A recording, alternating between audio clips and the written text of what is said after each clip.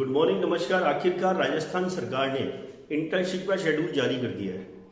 इस इंटर्नशिप के शेड्यूल को जारी करने में हमें लगातार 2 वीडियो में हम सरकार से निवेदन करते रहे कि इंटर्नशिप का शेड्यूल जारी किया जाए, जारी किया जाए। और आखिरकार राजस्थान सरकार ने मार्च में इंटर्नशिप का शेड्यूल जारी कर दिया है, क्योंकि अब बोर्ड के एग्ज़ाम जो 26 मार्च से होने वाले हैं उसमें गवर्नमेंट स्कूल के टीचर्स की ड्यूटी लग जाएगी और स्कूल खाली हो जाएगा। तो अब बीएड के बच्चे वहाँ इंटर्नशिप में जाकर उन जो जगह वहाँ खाली होगी उसकी जगह वो हमारे बीएड के जो बच्चे हैं वो उनकी जगह लेंगे और जो गवर्नमेंट स्कूल के बच्चे हैं उनका वो ध्यान रखेंगे। तो आखिरकार ये मार्च में बीएड की इंटर्नशिप जरूर लगनी थी, क्योंकि जब जब बोर्ड के एग्ज़ाम होते हैं तब तक बीएड के बच्चों की याद आती है।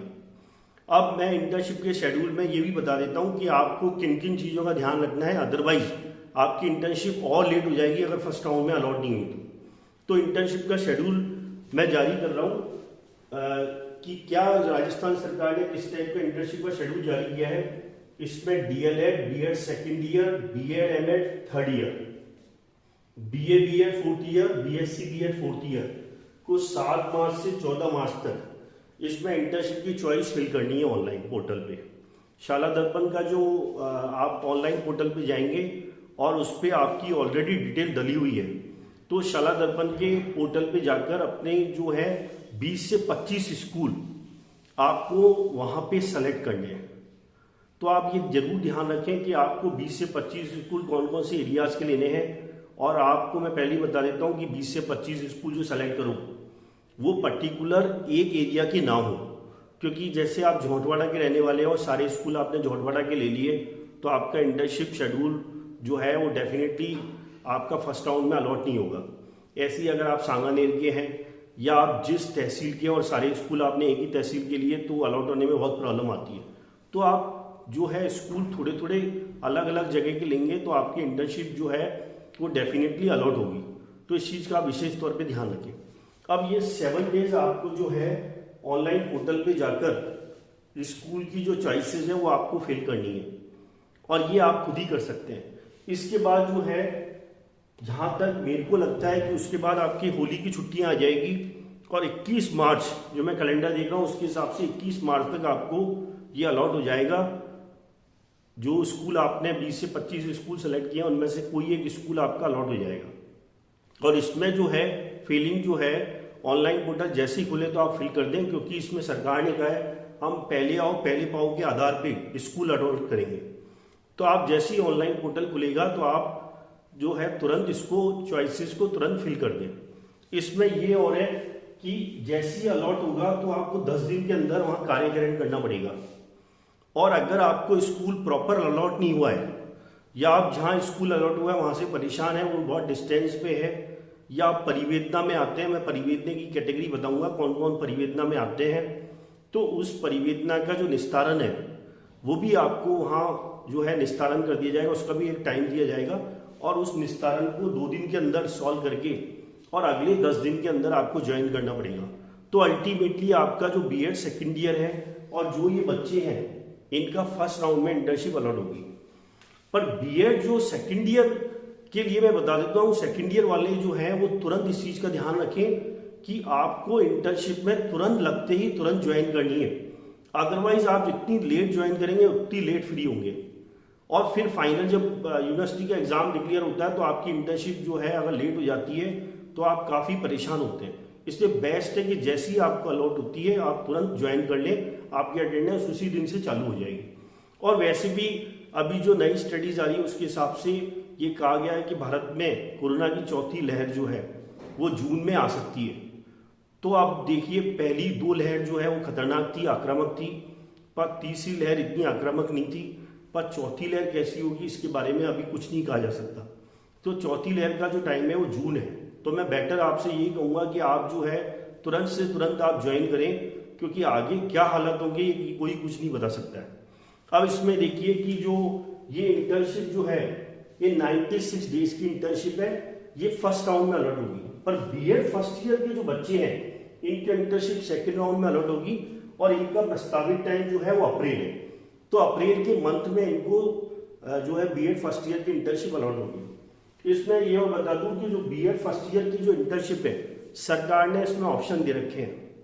आप प्राइवेट यानी कॉलेजेस वालों को अब चॉइस लेना पड़ेगा कि बीएड फर्स्ट ईयर की जो इंटर्नशिप है, अगर कोई कॉलेज प्राइवेट स्कूल में कराना चाहता है तो वो प्राइवेट स्कूल में भी इंटर्नशिप करा सकता है, और अगर कोई कॉलेज गवर्नमेंट स्कूल में कराना चाहता है तो गवर्नमेंट स्कूल में भी करा सकता है। तो ये बीएड फर्स्ट ईयर की इंटर्नशिप जो है वो ऐच्छिक है, वो आप चाहो तो गवर्नमेंट स्कूल में कराओ या प्राइवेट स्कूल में कराओ। पर बीएड सेकेंड ईयर की जो इंटर्नशिप है वो 100% गवर्नमेंट स्कूल में होगी। और आप जो है, मान लो आप बीकानेर के हैं, जोधपुर के हैं, बाड़मेर जैसलमेर के हैं, तो आप अपने जिले के इंटर्नशिप वाले स्कूल भी सेलेक्ट कर सकते हैं। तो जो आपकी सुविधा है, जो आपके पास में स्कूल है, वो आप सेलेक्ट करके वहाँ इंटर्नशिप में वो स्कूल सेलेक्ट आपके किए जा सकते हैं। तो इसमें आपके ऊपर चॉइस है कि अगर आप मान लो जयपुर के बीएड कॉलेज से आप जो है बीएड कर रहे हैं और आप चाहते हो कि मैं इंटर्नशिप अपने एरिया में लेना चाहता हूं, तो आप इंटर्नशिप अपने जिले में भी ले सकते हैं। इसमें ऐसा नहीं है कि आप जयपुर में रह रहे हो तो आप जयपुर का ही इंटर्नशिप का आपको लेना है एरिया। पर अगर आप चाहते हो कि मैं एक बार बाहर का बाड़मेर का बच्चा हूँ और जयपुर में आ गया हूँ और मैं चाहता हूँ कि बाड़मेर में इंटर्नशिप में ना लगूँ, अब मैं बस जयपुर, अगर मैं यहाँ मैंने कमरा ले लिया किराए को और मैं जयपुर में इंटर्नशिप लगना चाहता हूँ, तो आप जयपुर में भी इंटर्नशिप ले सकते हैं। तो ये आपके ऊपर है, गवर्नमेंट ने आपको ऑप्शन दे रखा है कि आप कहाँ का स्कूल लेना चाहते हैं। तो आप ऑल ओवर राजस्थान में कहीं का भी स्कूल आप ले सकते हैं, ये आपके ऊपर है। अब इसमें ये है, वो आपकी जो चॉइसेस है वो सरकार ने आपके ऊपर दे रखा है। पर ये जो इंटर्नशिप की चॉइस है वो पहले आओ पहले पाओ के आधार पे आपको इंटर्नशिप अलॉट होगी। अब इंटर्नशिप जो आपको अलॉट होगी उसमें आपको 3 चीजें महाविद्यालय से लेके जानी है। जैसे ही आपको इंटर्नशिप अलॉट हो जाती है तो आपको महाविद्यालय से एक तो रिलीविंग लेटर लेना है। उस रिलीविंग लेटर में महाविद्यालय आपको उस स्कूल के लिए रिलीव करेगा जहां के लिए आपका अलॉट हुआ है। तो आप अलॉटमेंट लेटर का प्रिंट आउट लेके, आप उस अलॉटमेंट लेटर का प्रिंट आउट लेके महाविद्यालय में लेके जाएंगे और महाविद्यालय आपको एक रिलीविंग लेटर देगा और उस रिलीविंग लेटर में आपको उस स्कूल के लिए रिलीव करेगा कि आप प्लीज आप उस गवर्नमेंट स्कूल के प्रिंसिपल को लिखेगा कि आप हमारे बच्चे को, अब ये आपके हवाले है। तो जब जो 4 सप्ताह की इंटर्नशिप है या 96 डेज की इंटर्नशिप है तो वो जो कॉलेज वाला उसको रेफर करेगा जहां आपकी अलॉट हुई है। तो एक तो रिलीविंग लेटर ले जाना आपका मस्ट है। उसके बाद एक आई कार्ड, वो आई कार्ड में आपका प्रूफ होगा कि आप जो है रेगुलर स्टूडेंट हो और आप ही वो स्टूडेंट हो जिसको रिलीव किया गया है।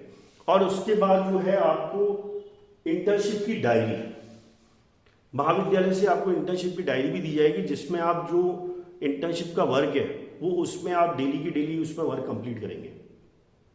इसके बाद आपको क्या करना है, जब आप स्कूल में, जब आपको इंटर्नशिप में आपने उस स्कूल में ज्वाइन कर लिया तो वो स्कूल वाले आपको ज्वाइनिंग दिखाएंगे और ज्वाइनिंग दिखा के उस अटेंडेंस रजिस्टर पे आपके साइन करवाएंगे। आप भी उनके स्कूल के रजिस्टर में आपका नाम लिखा जाएगा और जितने भी स्कूल के लोग हैं वो उसी रजिस्टर में आपके साइन होंगे। तो उसमें आपकी डेली की अटेंडेंस, आने जाने की अटेंडेंस होगी और उसमें आप इस चीज़ का प्रमाण होगा कि आपने वहाँ ज्वाइन कर लिया है। दूसरी बात है, आप 2-3 दिन बाद शाला दर्पण पोर्टल को भी चेक करते रहिए कि इस स्कूल ने मेरे को ज्वाइन तो करवा दिया पर वो शाला दर्पण पोर्टल में मेरी एंट्री कर दी क्या, मेरी एंट्री वहाँ शाला दर्पण पोर्टल पे बोल रही है कि नहीं बोल रही। क्योंकि महाविद्यालय भी आपकी एंट्री देखेगा और गवर्नमेंट के पास भी ये रिकॉर्ड जाता है कि आपने इंटर्नशिप में ज्वाइन कर लिया है।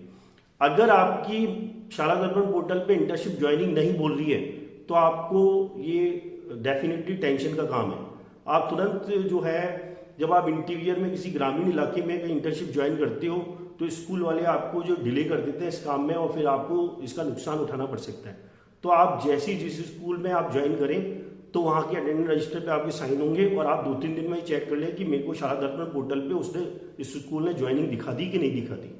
वो उस दिन की डेट लिखता है, ज्वाइनिंग की डेट लिखता है कि इस दिन इस बच्चे ने हमारे स्कूल में ज्वाइन किया है और वहीं से आपके डेज काउंट होंगे।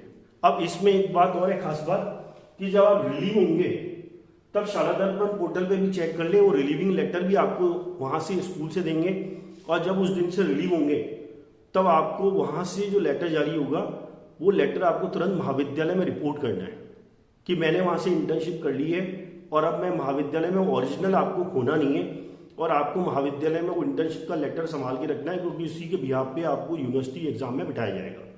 तो आप प्लीज़ ये चीज़ों का विशेष तौर पे ध्यान रखें।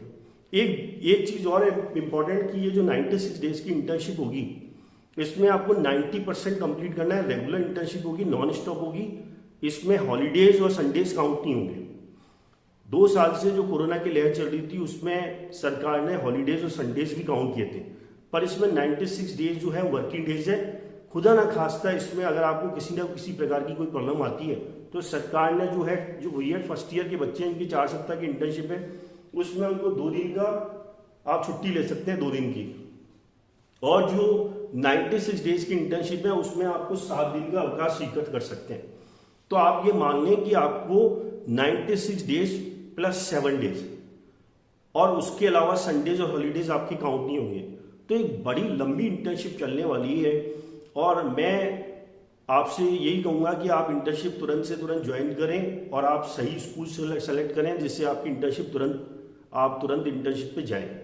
और मैं सरकार से निवेदन करूँगा कि सरकार ने जब एमबीबीएस के बच्चे हैं, वेटरनरी के डॉक्टर, जो वेटरनरी के जो बच्चे हैं इंटर्नशिप में, सभी लोगों को सरकार ने अभी 4000 जो इंटर्नशिप में दे दी थी वेटरनरी डॉक्टर्स के लिए, तो वहाँ उनका जो है इंटर्नशिप का भत्ता उनका 12000 कर दिया।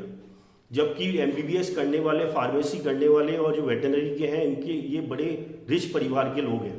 जबकि बीएड में मजदूर किसान और बहुत गरीब जो है बच्चे आते हैं और इनको आने जाने में भी अपना खुद का खर्चा जो है करना पड़ता है। तो सरकार प्लीज़ बीएड के बच्चों के, गरीब बच्चों पे भी ध्यान दे और इनको भी इंटर्नशिप में स्टाइफंड का जो है ये कॉन्सेप्ट चालू किया जाए।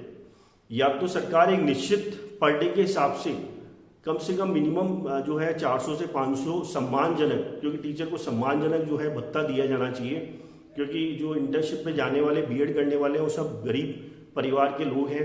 तो सरकार प्लीज़ मेरी बात को ये स्वीकार करे। हर बार मैं ये सरकार से रिक्वेस्ट भी करता हूँ और मुझे पूरी उम्मीद है कि राजस्थान सरकार के मुख्यमंत्री अशोक गहलोत जी ने सबकी बात सुनी है, तो बीएड के बच्चों की भी मेरी बात जो है जरूर सुनेंगे और ये मिसाल बनेगी कि बीएड के बच्चों को इंटर्नशिप में स्टाइपेंड का जो है प्रावधान किया गया और बच्चों को, टीचर्स को सम्मानजनक एक स्टाइपेंड दिया जाए, जिससे बच्चे जो है आने जाने में जो परिवहन में खर्च होता है, एक तो बच्चों ने फीस जमा कराई है, ऊपर से परिवहन में खर्चा होगा, ये बच्चों की जेब से होगा और बच्चों के पेरेंट्स भी जो है इनमें सफ़र करते हैं, जिनके माँ बाप जो है गरीब किसान मजदूर के हैं बच्चे हैं। तो सरकार से मैं पुनः निवेदन करूंगा कि इन बच्चों को इस बार स्टाइपेंड जरूर लागू किया जाए।